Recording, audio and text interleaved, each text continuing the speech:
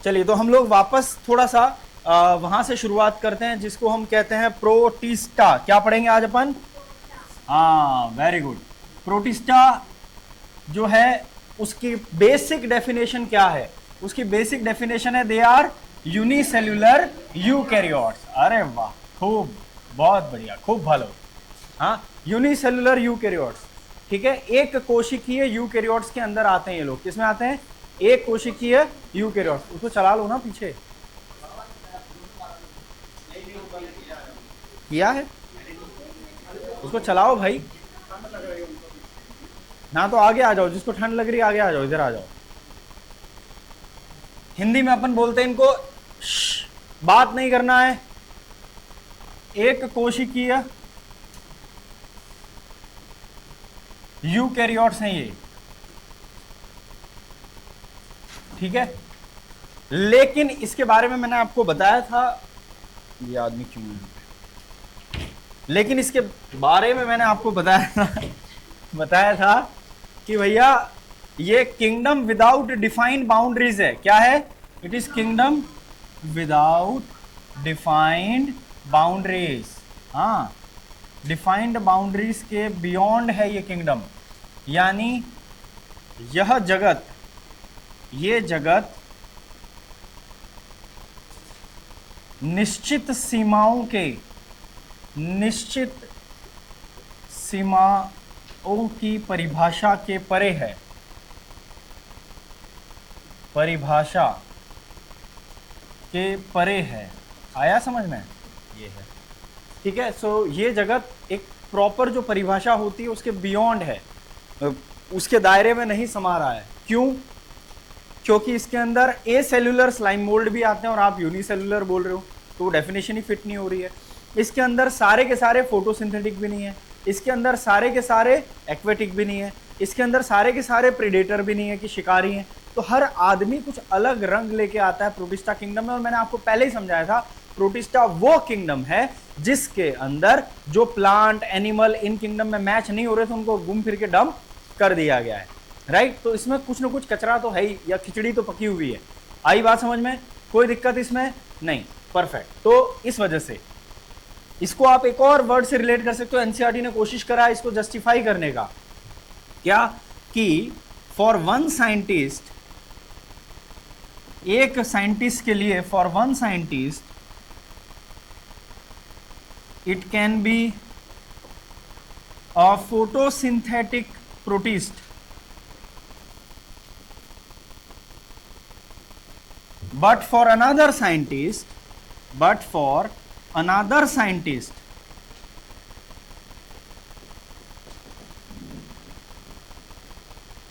ठीक है, it can be considered as algae, it can be considered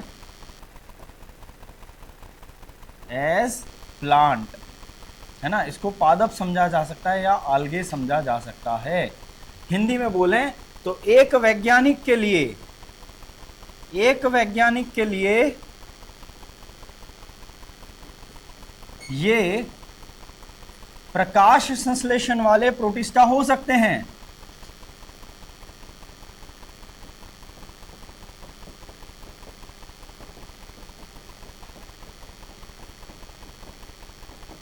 होंगे। और दूसरे के लिए, और दूसरे वैज्ञानिक के लिए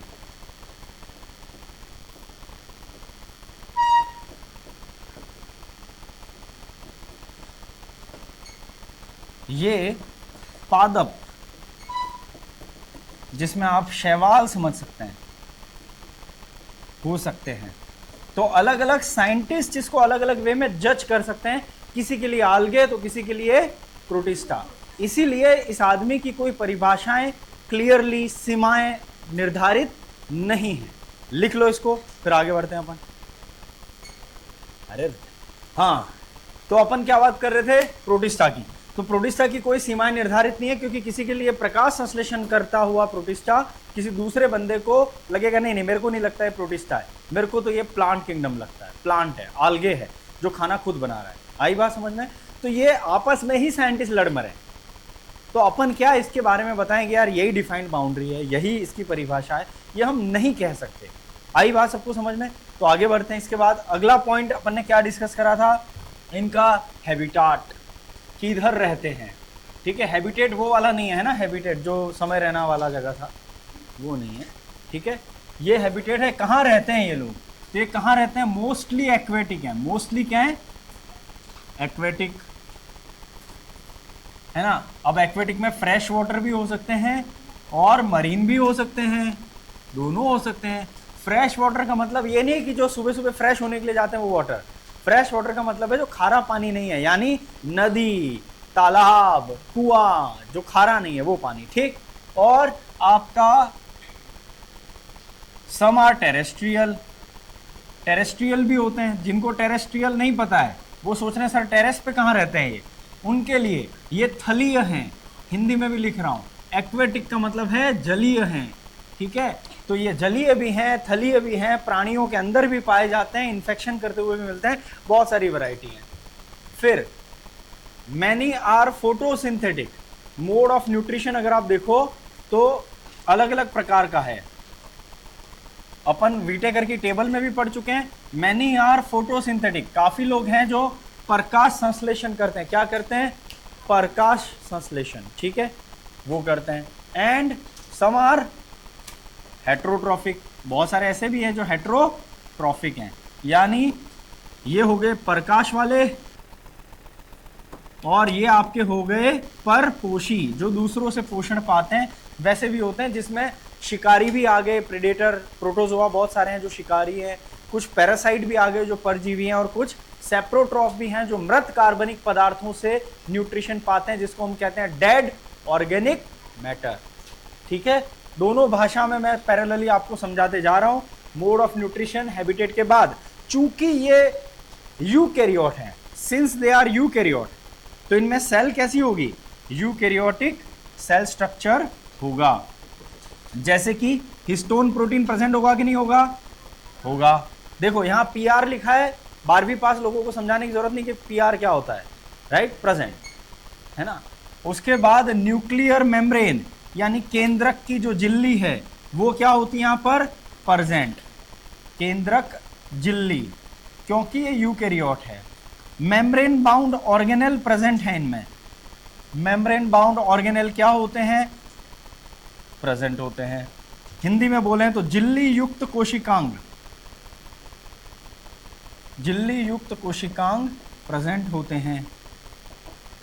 ठीक है, अब मैं इनमें बोलूं कि इनमें 80S और 70S दोनों प्रकार के राइबोसोम पाए जाते हैं, तो ये स्टेटमेंट ट्रू है कि फॉल्स है, ट्रू है, क्योंकि माइटोकॉन्ड्रिया इनके अंदर अगर है या प्लास्टिड्स हैं तो उनमें 70S राइबोसोम होता है, और इनके नेचुरली साइटोप्लाज्म में यूकैरियोट हैं तो 80S राइबोसोम होगा। यानी एक ही सेल में 70S का भी प्रावधान है और 80S का भी है, तो दोनों लिख सकते हो। इनमें 70S होंगे, वो कहाँ होते हैं, माइटोकॉन्ड्रिया एंड प्लास्टिड में। ठीक है, एंड 80S जो कि साइटोप्लाज्म में होंगे, यानी कोशिका द्रव्य में होंगे। साइटोप्लाज्म का मतलब है कोशिका का द्रव्य, उनमें 80S वाले राइबोसोम प्रेजेंट होते हैं।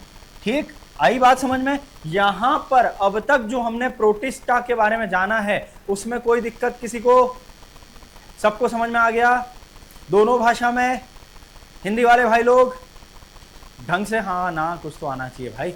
हिंदी वाले भाई लोग, इंग्लिश वाले भाई लोग, गुड। हिंदी वाले यार क्या मरी मरी आवाज में, देखो ये डोमिनेट कर रहे हैं अपने को, कैसे चलेगा ऐसा। चलो, तो इसके बाद आगे का पॉइंट पे चलते हैं। इसके बाद कौन से पॉइंट की चर्चा करिए, मोड ऑफ न्यूट्रिशन हो गया, हैबिटाट हो गया, इनकी परिभाषा की बात हो गई। सेल वॉल, इनमें कुछ में होती है कुछ में नहीं होती है, तो लिखो भाई, सेल वॉल यानी कोशिका भित्ति, present in some and absent in some. ठीक है, ये एबी का मतलब अभिषेक बच्चन अमिताभ बच्चन नहीं है, एबी का मतलब क्या है, एब्सेंट, और पीआर का मतलब कुछ और नहीं है, पीआर का मतलब है प्रेजेंट। ठीक है, अब रिकॉर्ड पे ऑन रिकॉर्ड बता रहा हूं, इसके बाद गलती की ना मेरे पास प्रूफ भी है, मारूंगा मैं। और पता है ना कैसे मारूंगा, कोहनी से मारूंगा। किससे मारूंगा, हाँ बोलोगे कोहली से डर नहीं लगता साहब, कोहनी से लगता है। आया समझ में, ठीक। चलो, तो किसी में प्रेजेंट है किसी में नहीं है, किसी में प्रेजेंट है वो किसकी होती है जनरली, सेल्यूलोज, मोस्टली फिर कुछ कुछ इधर उधर हो जाएगा। क्या होगा वो अभी आएगा इसके बाद। सेल वॉल हो गई। अब इनके बारे में क्या बात करें अपन, फोटोसिंथेसिस के पिगमेंट्स प्रेजेंट होते हैं कुछ में, वो तो बता ही दिया शायद मैंने।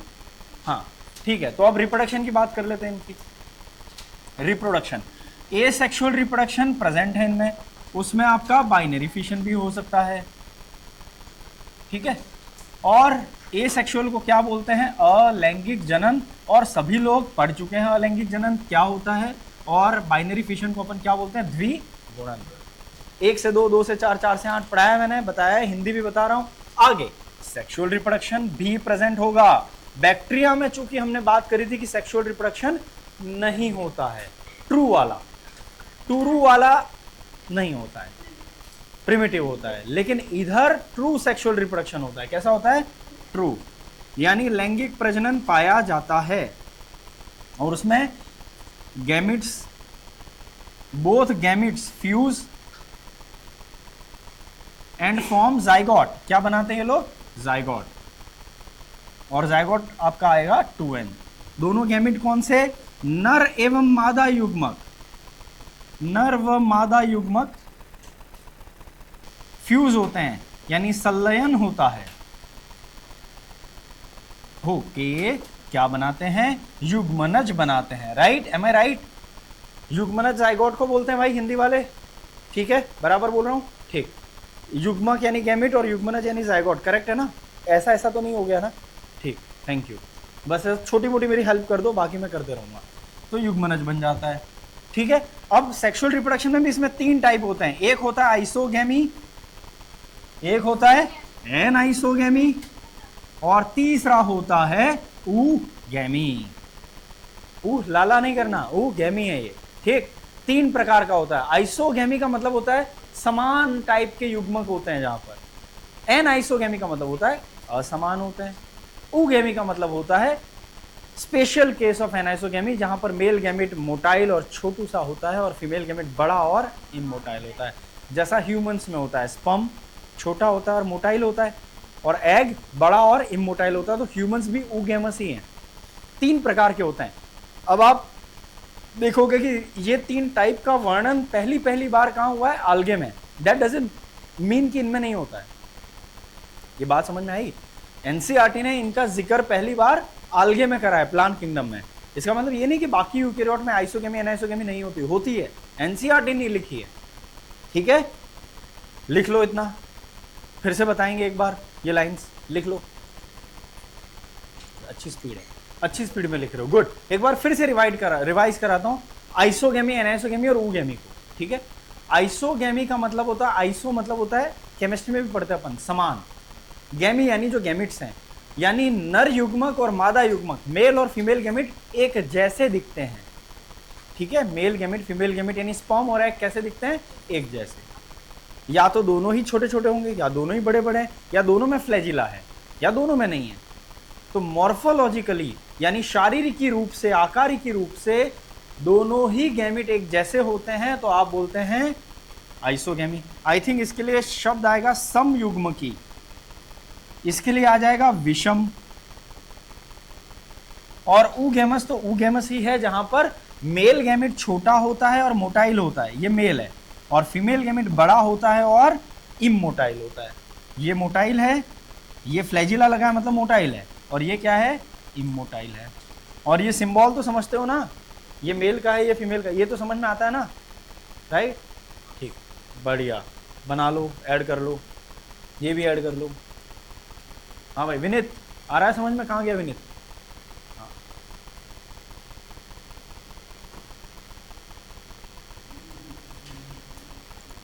हाँ, डिफरेंट टाइप, विषम लिखा भी है, not same, aniso not same, gamete same नहीं होंगे। Oogamy is a special case of anisogamy, क्योंकि यहां पर भी तो डिफरेंट ही है ना गैमेट, तो एक तरीके से तो एनाइसोगैमी तो बोलोगे, पर एनाइसोगैमी का एक स्पेशल कंडीशन है, एक स्पेशल कंडीशन जिसमें मेल मोटाइल ही होगा और छोटा ही होगा, फीमेल बड़ा होगा और इमोटाइल होगा। और ये आप ह्यूमन से कनेक्ट करके याद रख सकते हैं ऊगैमी को इजीली, क्योंकि ह्यूमंस में भी यही होता है, स्पर्म छोटा होता है और मोटाइल होता है, एग जो है वो बड़ा होता है और इमोटाइल होता है। आई बात समझ में? किसी को कोई दिक्कत? यहां तक अपन ठीक है? बढ़िया, चलो आगे बढ़ते हैं। तो सेक्सुअल रिप्रोडक्शन इनमें होता है कि नहीं होता है? जी हाँ होता है, बाकायदा होता है, प्रॉपर ट्रू वे में होता है। ठीक, अब चलते हैं अपन ऐसे बंदों में जिनका नाम है क्राई, रोते वाले लोग हैं, क्राइसोफाइटा। क्राइसो वर्ड जो है उसको अपन इस कलर से लिखेंगे। क्राइसो वर्ड का मतलब होता है गोल्डन आल्गे लाइक। एग्जाम्पल इसके हैं डाइटम्स एंड डेजमिड्स, ये दो बंदे हैं। ठीक है, गोल्डन कलर के होते हैं। हैबिटेट इनका क्या होता है? तो हाँ, फ्रेश वाटर और मरीन वाटर। पानी में रहते हैं जनरली, फ्रेश वाटर या मरीन वाटर। ठीक है, अगर आप इनके अंदर देखोगे तो फोटोसिंथेटिक पिगमेंट पाए जाते हैं, फोटोसिंथेटिक पिगमेंट्स प्रेजेंट। ठीक है, गोल्डन कलर की वजह से इनको ज्वेल्स ऑफ द सी भी बोल देंगे, क्योंकि इनके ब्यूटीफुल शेप्स होते हैं।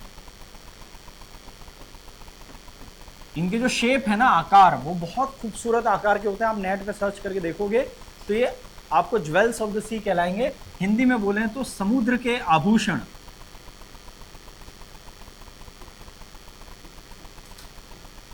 इसमें तो बताने की जरूरत नहीं है, फ्रेश वाटर मरीन यानी पानी में फोटोसिंथेटिक पिगमेंट प्रेजेंट होते हैं, यानी प्रकाश संश्लेषण करने वाले पाए जाते हैं इनमें। देन दे लैक सीलिया और फ्लैजिला। इनमें सीलिया और फ्लैजिला नहीं होते हैं, जिसको अपन कहते हैं पक्षाभ या कशाभिका, इनमें नहीं होती हैं। Lack, absent. ठीक है, so no locomotory organ present. इनमें कोई लोकोमोटरी ऑर्गन नहीं होता, नो नहीं होता है। ये दोनों है, दोनों के दोनों इनमें नहीं है। तो फिर ये कैसे घूमेंगे फिरेंगे बेचारे लोग? तो ये पानी में जहां लहरें ले जाएं वहां जाते रहेंगे, ये कहानी है इनकी।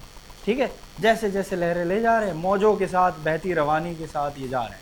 ठीक, तो दे float passively, they float passively with water currents.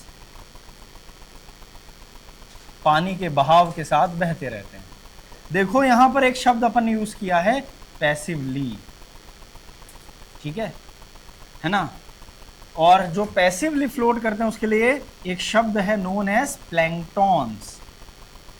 जो पानी की सतह पर तैरते हैं, फ्लोट करते हैं, उनके लिए एक टर्म आता है प्लैंक्टॉन।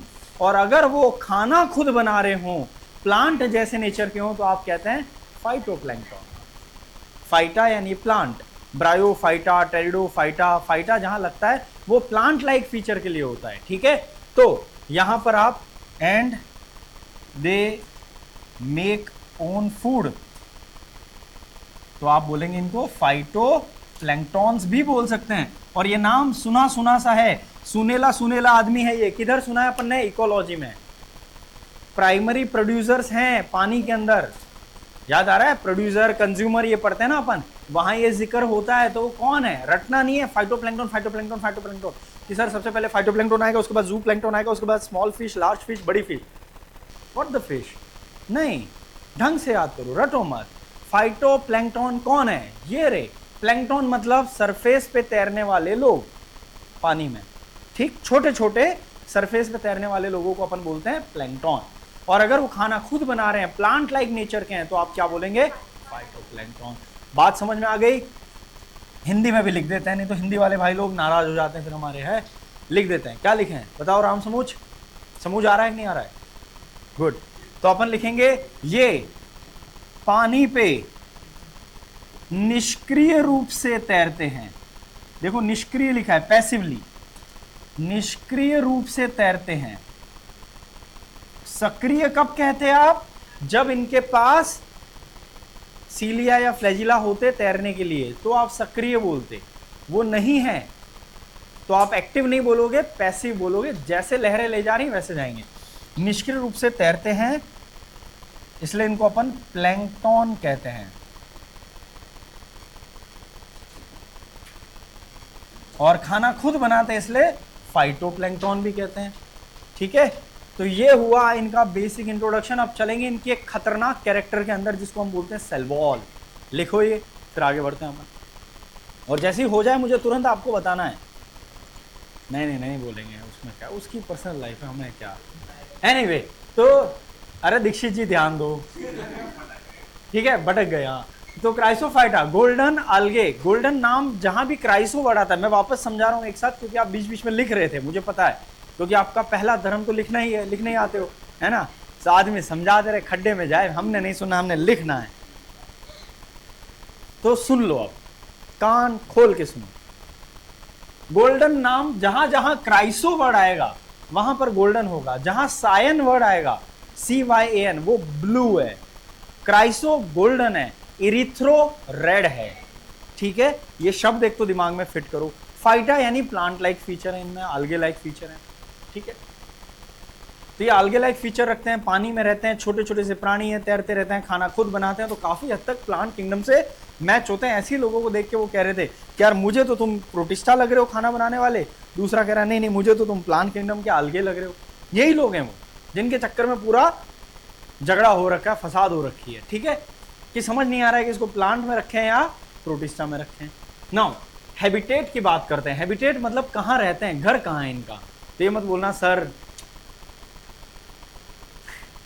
घर तो वो होता है जहां सुकून होता है, नहीं। तो फ्रेश वाटर या मरीन, सो दीज आर इधर फ्रेश वाटर और मरीन, या तो साफ पानी में या मरीन। मोस्टली मरीन होता है, समुद्र में ज्यादा पाए जाते हैं, ये ज्यादा है, ये मोस्टली है। फोटोसिंथेटिक पिगमेंट इनमें प्रेजेंट होते हैं, क्लोरोफिल्स प्रेजेंट होते हैं, ये अपना खाना खुद बनाते हैं, आत्मनिर्भर लोग हैं। फिर इनमें सीलिया या फ्लैजिला, जिसको अपन पक्षाभ या कशाभिकाएं कहते हैं, वो नहीं होते हैं। यानी जो हेयर लाइक स्ट्रक्चर है, जो मूवमेंट में मदद करते हैं एक्टिवली, वो इनमें अनुपस्थित है। तो फिर कैसे जाते हैं ये, तो लहरों के साथ, मौजों के साथ बहते रहते हैं। इसको अपन कहते हैं पैसिवली फ्लोट करना। पैसिवली फ्लोट करने का मतलब होता है निष्क्रिय रूप से तैरते हैं, ये खुद एनर्जी नहीं लगाते, जहां लहरें ले जा रही हैं चलते जाते हैं। ठीक है, ऐसे लोगों के लिए एक टेक्निकल शब्द है प्लैंकटन। जो पानी की सरफेस के ऊपर तैरते हैं उनके लिए टर्म आता है प्लैंकटन, और जो पानी के बॉटम में होते हैं समुद्र में, उसके लिए क्या टर्म आता है, कौन बताएगा। जू प्लैंकटन भी प्लैंकटन है ना, तो सतह पे ही तैर रहा होगा ना, वो जानवर होगा इसलिए जू है, ये प्लांट लाइक है इसलिए फाइटो है। अब चल रहा है ना वो, तो इसको बंद कर दें पंखे। हाँ ठीक, हाँ शांति, यस। तो कौन बता रहा था, नायाब।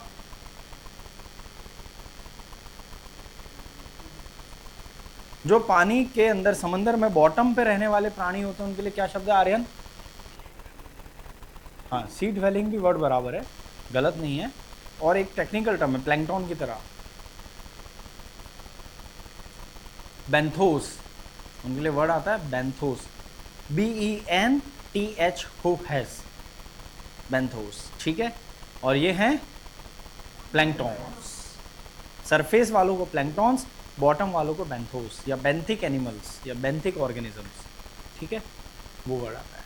तो आगे बढ़ते हैं, ये पानी में तैरते रहते हैं। अब आते हैं इनकी नामकरण पे। डाइटम का नाम डाइटम क्यों है, पता है किसी को, बता सकता है कोई। सोप बॉक्स होता है इसलिए डाइटम, सोप बॉक्स, तो सोप बॉक्स का मतलब डाइटम होता है। करेक्ट, ये आंसर है। जब दो पार्ट में होता है डाई एटम, इसलिए नाम पड़ा है डाइटम। Very good. तंजानिया, अल्जामिया, ठीक है। तो इनको अपन सेल वॉल पे चलते हैं। इनकी सेल वॉल जो होती है वो दो पार्ट में होती है। कितने पार्ट में, दो पार्ट्स। ठीक है, तो इसलिए अपन इनका नाम रखे हैं डाई एटम्स। डाइटम्स नाम वहां से आया, एक पार्ट बड़ा होता है, एक पार्ट छोटा होता है, इसको बोलते हैं बिगर पार्ट, वॉल पार्ट, इसको आप बोलेंगे स्मॉलर। ठीक है, और इसके लिए टर्म होती है एपिथिका, इसके लिए हाइपोथिका, लेकिन मैं टेक्निकल टर्म में नहीं ले जा रहा हूं क्योंकि वो आपके लिए थोड़ा ज़्यादा हो जाएगा। ये अरेंजमेंट साबुन के बॉक्स जैसा दिखता है, इसीलिए इसको सोप बॉक्स टाइप अरेंजमेंट भी इनकी सेल वॉल की कही जाती है। साबुन के बॉक्स जैसा दिखता है। इसमें तो आई डोंट थिंक हिंदी लिखने की कोई जरूरत है, बिगर और स्मॉलर लिखा है मैंने, ठीक है। और साबुन का बॉक्स लिखा है, सोप बॉक्स, और 2 पार्ट होते हैं इसलिए डाई एटम लिखा है, ठीक है, सिंपल। फिर इनकी जो सेल वॉल होती है उसमें खूबी होती है कि cellulose and silica is impregnated in cellulosic wall, या आप ऐसे भी बोल सकते हैं कि silica is impregnated in the cellulosic wall. Silica जो है वो थोड़ा सा रेत जैसा मटेरियल होता है, कंपाउंड होता है ना। और इम्प्रेग्नेटेड का मतलब होता है धंसी होती है सेल्यूलोज की वॉल में,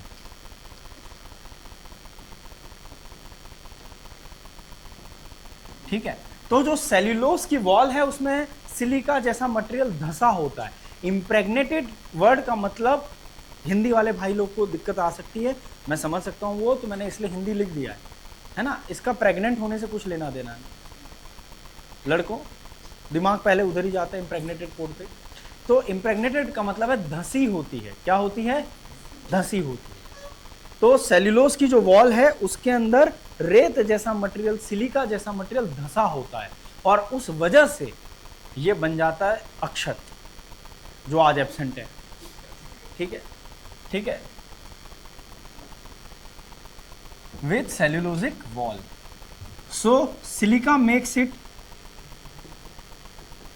silica can not be decomposed,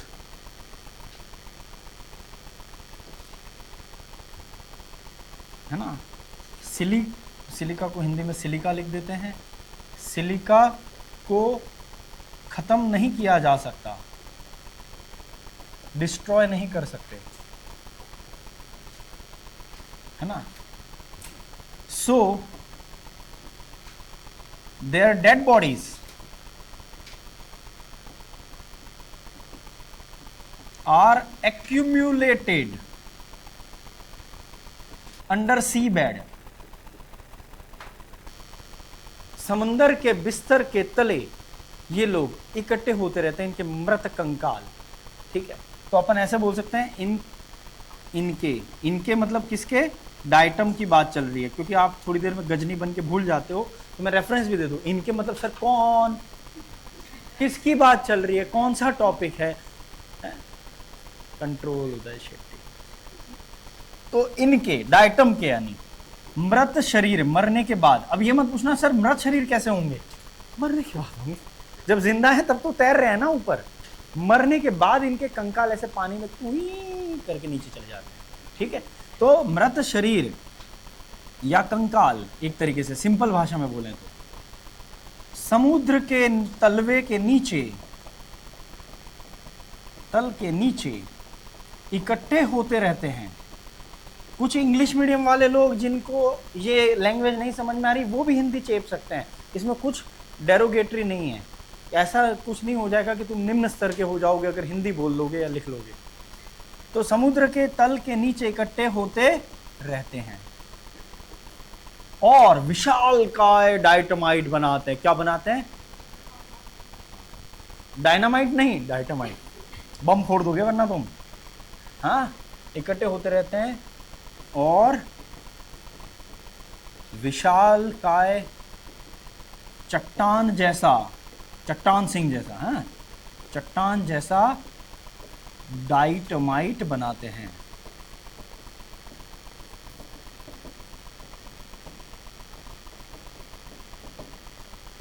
इसको छोटा कैसे करें, ओ हो।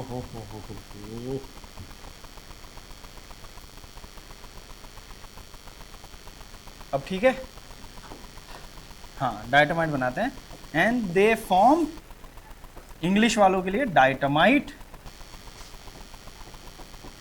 या इसी का एक और नाम है डायटमेशियस अर्थ, डायटम एशियस अर्थ, ठीक है। या एक और नाम है, जर्मन नाम है काइजेलगर। स्पेलिंग के ऊपर मत जाइएगा, थोड़ा सा ऊपर नीचे आगे पीछे हो सकता है, उसके लिए मैं पहले से माफी मांग लेता हूं, ठीक। ठीक। काइजलगर एक जर्मन शब्द है जिसका मतलब होता है कंकड़, कंकड़ पत्थर इकट्ठे हो रहे हैं जमीन के नीचे, क्योंकि रेत जैसा मटेरियल है सिलिका, और वो इसको क्या बना देता है, अक्षत। आप इसका क्षय नहीं कर सकते, इनडिस्ट्रक्टिबल। ठीक है, लिखो, फिर से समझाऊंगा मैं, चिंता ना करो। टोपी पहन के आता है मेरी तरह, उसको किसी ने पहना दी होगी तो बेचारा वो टोपी पहन के आता, उसको एक दिन मैंने दूसरी बार नाम पूछ लिया तो नाराज हो गया, बताया तो था। मैंने कहा विजय दीनानाथ चौहान, गलती हो गई, माफ कर दो। तो एनीवे, सेल वॉल यानी कोशिका भित्ति की बात कर रहे हैं अब अपन, ध्यान देना सब लोग, मैं हिंदी इंग्लिश दोनों भाषा में फिर से रिपीट करते रहूंगा। कोशिक ऑन हो गया ना रिकॉर्डिंग, ठीक। तो दो पार्ट में होता है, इसलिए इसका नाम है डाई एटम। एक पार्ट ऊपर का, एक पार्ट नीचे का। ये लगता है साबुन के बॉक्स जैसा कि इसको खोल के इसमें साबुन डाला होगा आपने, ठीक है, इसलिए इसका नाम है सोप बॉक्स। इसका एक और नाम है वैसे, फ्रुस्ट्यूल कहते हैं, है ना, फ्रस्टाया हुआ नहीं, फ्रुस्ट्यूल, ठीक है। इसका दूसरा नाम क्या है, फ्रुस्ट्यूल। ये जो सेल वॉल होती है उसके लिए एक और टर्म है, अगर गलती से कहीं पुराने क्वेश्चंस करोगे तो आ जाए तो परेशान मत होना। अब इसके अंदर सेल वॉल में होता क्या है, तो सेल्यूलोज का एक मटेरियल बना है, उसके अंदर सिलिका धसी हुई है, ठीक है, इम्प्रेग्नेटेड विद सिलिका। तो बेसिकली मिक्सचर है सिलिका और सेल्यूलोज का। सिलिका कैसा मटेरियल होता है वो भी समझाया मैंने, रेत जैसा, उसको कोई नहीं खा सकता, डाइजेस्ट। सेल्यूलोज को तो फिर भी आप अपघटन कर सकते हो, डिकम्पोज कर सकते हो, कि मरने के बाद हमारा भी कंकाल जब जमीन में दफना दिया जाता है ना, तो जिनका दफनाया जाता है, मतलब ये मतलब सर हमारा क्यों दफनाएंगे आप तो खड़े खड़े हैं, धर्म परिवर्तन करवा रहे हो, नहीं, जस्ट गिविंग एग्जांपल। तो आपकी बॉडी से जो भी मांस है उसको डिकम्पोज कर दिया जाता है, अग्रीड। वैसा ही कंकाल, इनके भी मरने के बाद इनका मटेरियल धीरे धीरे, अब ये तैर नहीं सकते, मर गए, मरने के बाद इनके कंकाल धीरे धीरे समुद्र की रेत के नीचे इकट्ठे होते रहते हैं, उसमें नया रेत और मटेरियल आता रहता है, धीरे धीरे नीचे चले जाते हैं और एक बहुत विशाल काय चट्टान बना देते हैं, अंदर ही अंदर इकट्ठे होके हजारों लाखों सालों में। मतलब ऐसा नहीं कि 2-4 साल में बन जाएगी, कल जाके बोल रहे सर नहीं बनी, हजारों सालों की बात है, हजारों लाखों सालों में इकट्ठे होके, क्योंकि अपने दुनिया में 2/3 क्या है, समुद्र ही तो है, तो भर के समुद्र में ये लोग हैं और भर के ये मरते हैं और भर के नीचे चट्टान बनाते हैं, और उस चट्टान को हम कहते हैं काइजलगर। जर्मन शब्द है जिसका मतलब है कंकड़ पत्थर की चीज, या आप दूसरा नाम रख सकते हो डाइटमाइट या डाइटमेशियस अर्थ। अर्थ का बहुत बड़ा हिस्सा डाइटम के थ्रू भरा पड़ा है, तो आप डाइटमाइट कहेंगे। आई बात समझ में। अब इनको कोई डिकम्पोज नहीं कर पा रहा, यानी खत्म नहीं हो रहे, इकट्ठे होते जा रहे, इकट्ठे होते जा रहे हैं ना, तो इसीलिए इनको अपन इनडिस्ट्रक्टिबल या अक्षत, जिसका क्षय ना किया जा सके, वो कहते हैं। ये मर जाएंगे, इनके कंकाल बचे रहेंगे। ये मत बोलना सर ये जिंदा रहते हैं, नहीं, मैंने ये नहीं बोला है, ये बंदा मरेगा, मरने के बाद इसके कंकाल इकट्ठे हो रहे हैं, ऐसा बोल रहा हूँ, डेड बॉडीज, वो भी सेल वॉल वाला पार्ट। ठीक, समझ में आया बात। अब क्या होता है, इंसान तो कहीं ना कहीं फायदा उठाता ही है, कोई भी चीज नेचर ने दी है उसका। तो हम जब वहां पर जाके खुदाई करते हैं, समुद्र के उन एरियाज को एक्सप्लॉइट करते हैं, है ना, कभी हम तेल निकालने के लिए, कभी इनको निकालने के लिए, तो जब इनको खोदा जाता है, ड्रिल किया जाता है, तो अगर आप इसका पाउडर फॉर्म में निकालोगे तो इसका पाउडर होता है एकदम रफ, खुरदरा, ग्रिटी। क्यों? क्योंकि इनमें है सिलिका, रेत जैसा मटेरियल। तो रेत कैसी होगी, एब्रेसिव ही तो होगी, खुरदरी तो होगी। तो इसीलिए खुरदरी रेत वाला जो पाउडर निकालते हो आप, तो इसको आप टूथपेस्ट में माइन्यूट अमाउंट में डाल सकते हो। कितना माइन्यूट, ज्यादा डालोगे दांत ही नहीं बचेंगे 4 दिन के बाद। ठीक है, पीलापन तो गया, दांत ही चला गया, है ना, Indian medical association, dental association द्वारा प्रमाणित। ठीक है, अब आप हलवा खाएंगे रोज, लिक्विड डाइट। तो वैसा नहीं, तो माइन्यूट अमाउंट में डाला जाता है, ऐसा कहते हैं। दूसरा मेन ये कहाँ काम आता है, तो एब्रेसिव की तरह, यानी घिसाई में। किसकी? तो यहाँ पर दिमाग की नहीं है ना, कि रोज सुबह लगा रहे हैं, हाँ शार्प हो जाएगा। धातु की घिसाई में, मेटल की पॉलिशिंग में काम आता है। किधर काम आता है? मेटल की पॉलिश में करने में, यानी जंग लगा हुआ कोई बर्तन पड़ा है पुराना, पीतल का वितल का, वैसा वाला, या कहीं खुदाई में राजा महाराजा के बर्तन मिले हैं, उसको घिसाई करके आपको पॉलिश करके कहीं म्यूजियम में रखना है, तो आप उनको यूज़ कर सकते हो। तो वहाँ धातु की या मेटल की पॉलिश करने में ये काम आ सकते हैं, क्योंकि इनका खुरदरा नेचर है और वो आपको घिस के तैयार करता है। और ये हमें एक और चीज़ सिखाता है कि जहाँ पर लोगों का खुरदरा नेचर होता है, अगर आप उनके आसपास रहें तो आपकी प्रकृति में जंग जो लगा है वो हटेगा, रस्टीनेस जाएगी और आप पॉलिश हो जाओगे। सेकंड पॉइंट पे चलते हैं। इनके इसी पाउडर फॉर्म की बजाय अगर आपने इसको थोड़े बड़े चंक्स में तोड़ा, बड़े टुकड़े में तोड़ा, तो ये पोरस होते हैं, क्योंकि पूरा तो रेत नहीं है जो खाया ना जा सके, बाकी पार्ट तो डिकम्पोज होगा ना, तो पोरस यानी छिद्र जैसा मटेरियल बनेगा, ऐसा कुछ सोचो, ठीक है, छलनी जैसा समझो, छलनी जैसा, जैसे चाय छानते हैं वैसा वाला छलनी जैसा मटेरियल आप निकाल सकते हो। पाउडर फॉर्म में ना निकालो, बड़ा टुकड़ा निकालो तो ये छलनी जैसा मटेरियल निकाल सकते हो। उससे आप ऑयल को या सिरप्स को छान सकते हो, उनका कचरा ऊपर रह जाएगा और लिक्विड ऑयल का और सिरप का निकल जाएगा। जैसे कच्चा तेल निकलता है पेट्रोलियम और उनका, तो कच्चा तेल जो आता है उसको आप छानोगे ना, रिफाइनरीज क्या करती हैं, रिफाइन करेंगे उस ऑयल को, फिर पेट्रोल डीजल उसके फॉर्म में आपके पास चीज़ें आएंगी। तो आपको उन ऑयल को छानना है ताकि ऊपर जो भी डर्ट कचरा जो भी आ गया है वो साफ हो जाए और ऑयल आपको मिले, फिर उसको और लेवल पे रिफाइन किया जाएगा।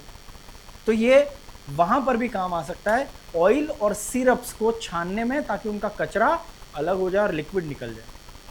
तीसरा काम, ये लोग इंसुलेटर की तरह काम करते हैं, हिंदी में कहते हैं कुचालक। ये हीट जो होती है, उष्मा, उसके कुचालक होते हैं, उसके बैड कंडक्टर्स होते हैं, जिस वजह से अगर कहीं पे भट्टी है, बड़ा इंडस्ट्री है जहाँ पे हाई टेम्परेचर पे रिएक्शन हो रही हैं, कल कारखाने हैं, तो उसके चारों तरफ दीवारों में उस भट्टी के आप ये मटेरियल लगा सकते हैं ताकि उसकी हीट जो है वो बाहर एनवायरनमेंट में ना आए। नहीं तो वहाँ भट्टी में मजदूर काम कैसे करेंगे, उतनी हीट अप हो जाएगा तो आग लगने के भी खर्चे रिस्क हो सकता है। तो आप उसकी दीवारों में, भट्टियों की दीवारों में और ऐसे मटेरियल्स में यूज़ कर सकते हो जहाँ अंदर रिएक्शन बहुत हाई टेम्परेचर पे हो रही है और उसका इफेक्ट आप बाहर वातावरण पे नहीं पड़ने देना चाहते, ठीक है, क्योंकि हीट को कंडक्ट नहीं करता है, बाहर नहीं आने देगा, रोक लेगा। हिंदी में बोले तो उष्मा के कुचालक है, ऊर्जा के उष्मा। फिर आता है तीसरा पॉइंट एक और, चूंकि ये पोरस नेचर के हैं तो आप एक और फायदा इनसे उठा सकते हो कि आप इस क्लासरूम और उस क्लासरूम के बीच में ये जो दीवार है, उस दीवार के बीच के मटेरियल में, दो दीवारों के बीच में हम, आप देखोगे तो इसमें भी हमने वो मटेरियल डाला हुआ है जो साउंड ऑब्जॉर्वेंट का काम करता है, ताकि इधर लेक्चर में अगर हम माइक वाइक कहीं यूज़ कर लें और ज़्यादा जोश में पढ़ा दें तो बाजू वाली क्लास में जो पढ़ा रहे हैं उनको डिस्टर्ब ना हो। या आपने कोई पिक्चर देख रहे हैं, है ना, आप मल्टीप्लेक्स थिएटर में हैं, अब मल्टीप्लेक्स में इधर चल रही है आपकी धुरंधर 2 और इधर चल रही है आपकी कृष्णावतारम, तो जो दादाजी कृष्णावतारम देख रहे हैं, अगर आपने मटेरियल नहीं रखा तो उधर से धुरंधर के अंदर उसके पिताजी जो उसको प्रसाद दे रहे होते हैं, राइट, वो जो टेररिस्ट थे, वो यहाँ पे दादाजी सुन रहे होंगे और पिक्चर चल रही है कृष्ण भगवान की, शिव शिव, राइट, तो वो रिकॉम्बिनेशन बहुत डेंजरस हो सकता है ना, ऑडियो वीडियो गलत मैच हो जाएगा, तो इसीलिए वो गलत चीज़ है ना, तो इसीलिए आपको वहाँ पर साउंड प्रूफिंग मटेरियल डालना पड़ेगा, नहीं तो इधर की पिक्चर इधर में मिक्स हो जाएगी। तो साउंड प्रूफिंग मटेरियल की तरह लेक्चर हॉल में, सिनेमा हॉल में आप इसको इस्तेमाल कर सकते हैं। आई बात समझ में? तो इतने सारे फायदे इस आदमी के हैं, कितने अपन ने कितना फायदा निकाल लिया इनसे, देखो, चलो लिख लेते हैं। सो एप्लीकेशंस, क्या क्या फायदे हैं, एप्लीकेशंस ऑफ डायटमाइट, क्या क्या फायदे हैं? तो पहला, अगर इनका पाउडर आप लेते हो, पाउडर फॉर्म, इनका पाउडर फॉर्म जो होता है वो ग्रिटी होता है। ग्रिटी का दूसरा मतलब है रफ, जिनको ग्रिटी वर्ड नहीं पता है, हिंदी वालों के लिए है खुरदरा, ठीक है। ये खुरदरा लिखा है, बाद में नोट्स लेके मत आना सर ये रबुरदरा क्या होता है, ठीक है। कुछ लोग मेरे साथ ये भी करते हैं, मतलब हद होती है, इतने पैसे में इतना ही मिलता है यार। तो पाउडर फॉर्म में ग्रिटी या रफ होते हैं, रफ होने की वजह से पॉलिश में काम आते हैं। इसकी पॉलिश तो मेटल पॉलिश या इन टूथपेस्ट, लेकिन टूथपेस्ट में कैसा अमाउंट में, माइन्यूट अमाउंट, ठीक है, ये है। उसके बाद दूसरा, ये पोरस नेचर के होते हैं, तो पोरस नेचर यानी छिद्र वाला, जिसको आप कह सकते हैं छलनी जैसा, वो प्रकृति यूज करोगे तो आप यूज कर सकते हो in filtration of oils and syrups, ये कर सकते हो। या फिर ये आपका यूज हो सकता है as sound proofing material, sound proofing material, ये आपके लेक्चर हॉल या सिनेमा हॉल में यूज हो सकते हैं, है कि नहीं? Very good. फिर इनका they are bad conductors of heat, अच्छे कंडक्टर नहीं है ये। ऊष्मा के कुचालक हैं। कौन से चालक हैं? कुचालक है। तो ये आपके इंसुलेटर की तरह काम कर सकते हैं।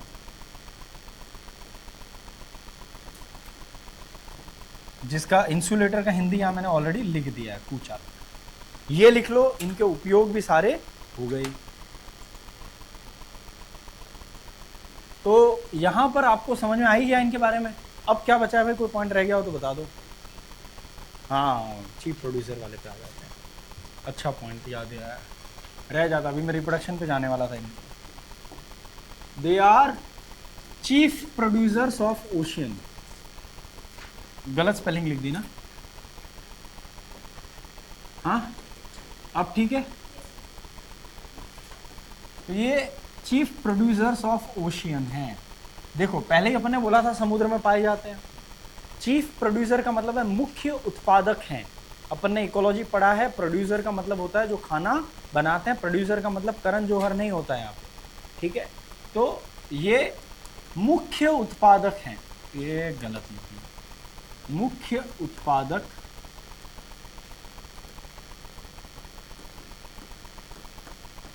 किसमें? समुद्र में, ठीक। तो समुद्र के मुख्य उत्पादक हैं, मेन प्रोड्यूसर है, यानी सबसे ज्यादा फोटोसिंथेसिस करते हैं, है ना? तो फोटोसिंथेसिस की वजह से।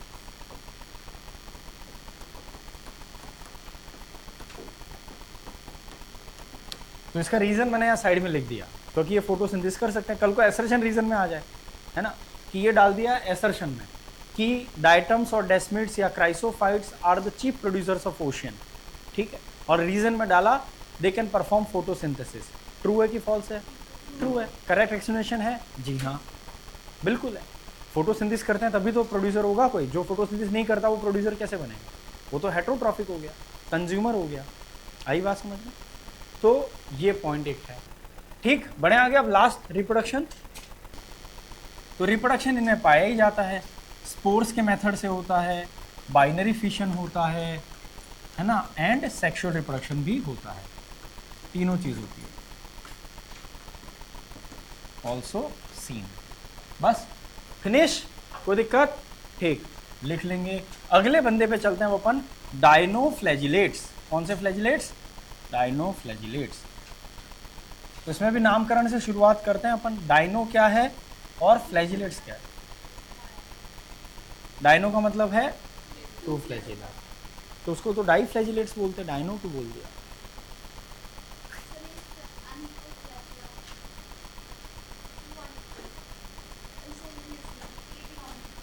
तो वो तो यूग्लिना में है, बहुत पुराने हैं इसलिए डायनो बोलेंगे। पुराने के लिए तो आर्किक वर्ड यूज होता है।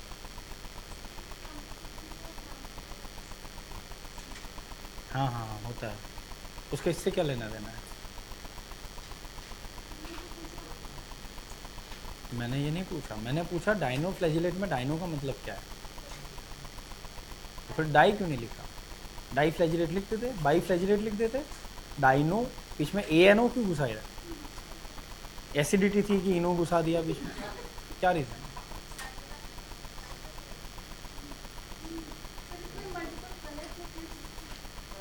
फ्लैजिला के आगे कलर का क्या लेना देना? कलरफुल फ्लैजिला, इनके बाल कलर। वेस्ट इंडीज के क्रिकेटर हैं क्या ये? हार्दिक पांड्या हैं क्या हैं? हाँ,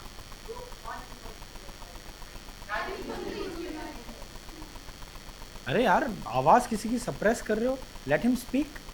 फिर बोल के लब आजाद है तेरे।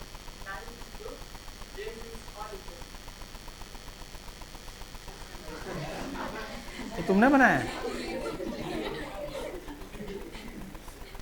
तुमने खुद क्रिएट किया ये?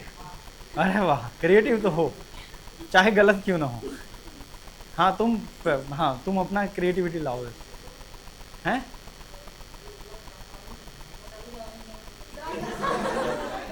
डायनासोर के जमाने के इसलिए डायनो बोला है। वाह रे वाह, ऐसी कहानियां मैं अपने बेटे को सुनाता हूं। सही है। तो आंसर है इसका डायनोफ्लैजिलेट्स में, डायनो का मतलब है वर्लिंग, स्पिनिंग, स्पिन करने वाले। इनमें आप ध्यान से देखेंगे डायग्राम्स में भी, तो इनमें एक फ्लैजिला यहां से निकलता है जिसको अपन बोलते हैं ट्रांसवर्स। ए भाई, ए बाबू, मैं एक्सप्लेन कर रहा हूं तो देख ले, मतलब पता नहीं है अपने को, कोई आदमी बता रहा है उसमें भी मतलब नहीं है, फिर रटोगे। तो यहां पर होता है अनुप्रस्थ काट, है ना, जिसको अपन बोलते हैं ट्रांसवर्स कट। यहां से एक फ्लैजिला निकलता है, उसको अपन बोलते हैं ट्रांसवर्स फ्लैजिला। यहां पर आप मुझे काट दो इधर बीच में से, तो उसको अपन बोलते हैं लॉन्जिट्यूडनल कट। और लॉन्जिट्यूडनल ग्रूव या कट से एक फ्लैजिला निकलता है, उसको अपन बोलते हैं लॉन्जिट्यूडनल फ्लैजिला। अब ये भाई साहब एकदम सेल वॉल जो होती है ना इनकी, स्टिफ सेल्यूलोज की प्लेट होती है। इनकी सेल वॉल कैसी होती है? स्टिफ सेल्यूलोज की प्लेट। स्टिफ का मतलब कड़क, जैसे कोई युद्ध में जा रहा हो और वो पूरा पहन के नहीं जाते हैं युद्ध की तैयारी, आर्मर वार्मर पहन के, वैसे लोग हैं ये। और दो फ्लैजिला ऐसे निकले हुए हैं, और वो फ्लैजिला को ऐसे पानी में घुमाते हुए घुमा रहे होते हैं। ये पानी में क्या कर रहे हैं? स्पिन कर रहे हैं। स्पिन करने को बोलते हैं वर्ल, WHIRL। ठीक, गलती से मिस्टेक हो गया। तो क्या बोलते हैं स्पिन करने को? वर्ल। वर्ल करते हैं इसलिए इसका नाम है डायनोफ्लैजिलेट। वर्लिंग विप्स इसका मतलब होता है। डायनो मतलब स्पिनिंग। अपन पढ़ते हैं ना, वो वॉशिंग मशीन वर्लपूल आता है, उसके ऐड में नहीं दिखाते हैं, पानी ऐसे गोल गोल घूम रहा होता है तो बोलते वर्लपूल वर्लपूल। क्या है वर्लपूल? स्वर्लिंग, स्पिनिंग पानी। तो ये पानी के अंदर ऐसे चाबुक घुमा रहे होते हैं, चाबुक जैसे फ्लैजिला है, ठीक है, इसलिए अपन इसको बोलते हैं वर्लिंग विप्स। जो आप बाजीराव में नहीं देखते हो, भाई साहब जा रहे होते हैं पूरा युद्ध का पहन के आर्मर, इसलिए इनका नाम आर्मर्ड आल्गे भी है। आल्गे इसलिए क्योंकि खाना खुद बनाते हैं, फोटोसिंथेसिस करते हैं, और छोटे से प्राणी हैं। और आमर वामर पहन के आए हों, है ना। कितने लोगों की कॉफी लाए हो? अरे वाह, आइस्ड कॉफी है, थैंक यू थैंक यू। तो हाँ, तो आमर वामर वो बख्तर बाजूबंद सब पहन के जो नहीं आते हैं, वैसा बाजीराव जा रहा होता है, और उसके हाथ में आप देखना तलवार होती, चाबुक जैसी ऐसी फ्लेक्सिबल। याद आ रहा है वो सीन कि वो बैकग्राउंड म्यूजिक तो मैं बहुत बेसुरा हूँ तो मैं नहीं गाऊंगा, अरिजीत ने गाया है, बेचारे की बेइज्जती हो जाएगी। तो वो ऐसे जा रहा होता है, और फिर वो स्लो मोशन में आता है, और फिर पीछे से वो चाबुक चलता है, और उसमें इमेजिनरी पीछे दीपिका होती है, और उसका गर्दन कटती है, और वो स्लो मोशन में गिर रही होती है, नहीं याद है वो वाला, राइट। तो वो वाला जो सीन है ना, वो याद करो, उसके ये चाबुक जैसे फ्लैजिला है, कुछ वैसा ही घूम रहा होता है। इसके सारे नाम आप बाजीराव से रिलेट करके याद कर सकते हो, क्योंकि इसका एक नाम है आमर्ड आल्गे। आमर पूरा बाजूबंद, और ये सब जो बख्तर वख्तर शील्ड विल्ड पहन के जाते हैं ना, वैसा लगता है युद्ध में जा रहा हो, क्योंकि उसने जो कवच पहना हो ऐसा लगता है। वो क्या है? सेल्यूलोज की प्लेट्स। एनसीईआरटी ने लिखा है स्टिफ सेल्यूलोज की प्लेट, कड़क सेल्यूलोज की प्लेट्स जैसा कि हाँ कुछ पहना है यहाँ पे शील्ड। एंड देन आल्गे, क्योंकि फोटोसिंथेसिस करते हैं। फिर दूसरा नाम है वर्लिंग विप्स या डायनोफ्लैजिलेट, जिसका मतलब ये है विप्स यानी चाबुक होता है। तो स्पिन करते हुए चाबुक लेके जा रहा हो, तो आप उस गाने को देखोगे तो आपको समझ में आएगा वो ऐसा ही जा रहा होता है। तो उसके चाबुक जैसी तलवार थी, वो लंबी सी थी, है ना, सिल्वर कलर की। तो that you can relate to this guy. आपको वो सारे नाम और कैरेक्टर यही याद हो जाएंगे आगे तक, ठीक है। बहुत इंटरेस्टिंग कैटेगरी है डायनोफ्लैजिलेट, और इसके नाम का मीनिंग ही अपन को नहीं पता, और अपन सोच रहे हैं डायनोफ्लैजिलेट में डायनो क्या है? डाई यानी दो, ठोके पार है। तो वो समझने की जरूरत है चीजों को। अब आप बोलोगे सर डायनोफ्लैजिलेट तो आउट ऑफ एनसीईआरटी वर्ड ही नहीं है ना, ये तो इसका मीनिंग तो पूछ सकता है, what is the meaning of dinoflagellate, और पहला ही ऑप्शन एग्जामिनर ये देगा हैविंग टू फ्लैजिला, आप बोलोगे परफेक्ट, टिक करके आ गए। यही इंसान फंसता है, और यही छोटी छोटी चीजें डिफरेंस क्रिएट करती है। डायनो का मतलब होता है वर्लिंग, या आप बोलेंगे स्पिन करने वाले, स्पिनिंग फ्लैजिला, इसका नाम का मतलब ये है, ठीक है। वर्लिंग का मतलब होता है स्पिन करते हुए, हिंदी में क्या बोलते हैं? स्पिन करते हुए या घूर्णन करते हुए कशाभिकाएं।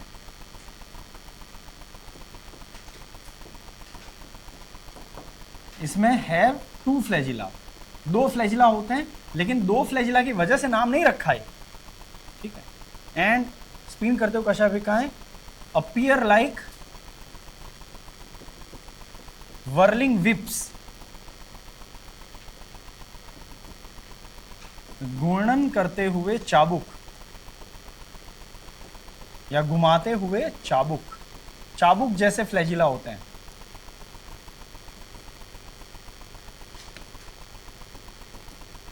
आपको जिस भाषा में समझ में आ रहा है आप लिखिए, मैंने सभी प्रकार से आपको समझा दिया, ठीक है। They are also known as armoured algae, armoured algae,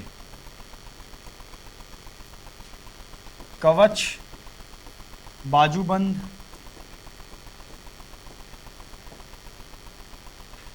क्या बाजूबंदी बोलते हैं, क्या बोलते हैं, पहने हुए algae या शैवाल, ठीक है, चाहे वो योद्धा की तरह है ना, because they have stiff cellulosic plates, stiff cellulosic plates as cell wall. Hindi में बोलें तो क्योंकि इनमें सेल्यूलोज की कड़क प्लेट्स होती हैं कोशिका भित्ति में, तो वो कवच जैसी लगती हैं, ठीक है, वो कवच जैसी लगती हैं, इसीलिए इनका नाम आर्मर्ड algae, वो घुमाते हैं इसलिए whirling whips, वो सब नाम। अरे एक से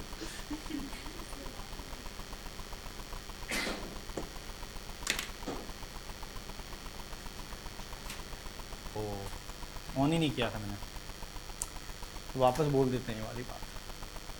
तो ये कट आपका कहलाता है लॉन्जिट्यूडनल कट या लॉन्जिट्यूडनल ग्रूव, या हिंदी में बोलेंगे ऊर्ध्वाधर खांचा, और ये वाला अनुप्रस्थ काट या अनुप्रस्थ ग्रूव, ट्रांसवर्स वाला जिससे फ्लैजिला निकलता है। इन दोनों का ओरिजिन पूछें दो फ्लैजिला का तो 90 डिग्री पे एक दूसरे से, ऐसा है ओरिजिन, बात की लोकेशन नहीं, बाहर की ओरिजिन।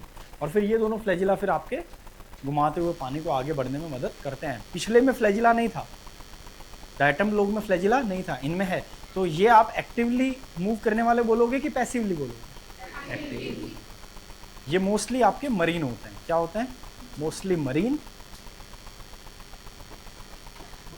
यानी समुद्र में पाए जाते हैं, फोटोसिंथेसिस करते हैं, इसलिए ऑल्सो कॉल्ड algae। पर यह algae कैसा बोला जा रहा है? बोल दिया गया है, रियल में तो algae प्लांट किंगडम में, ठीक है ना। तो मोस्टली मरीन होते हैं, यानी समुद्र में पाए जाते हैं, ठीक है, और फोटोसिंथेसिस करते हैं।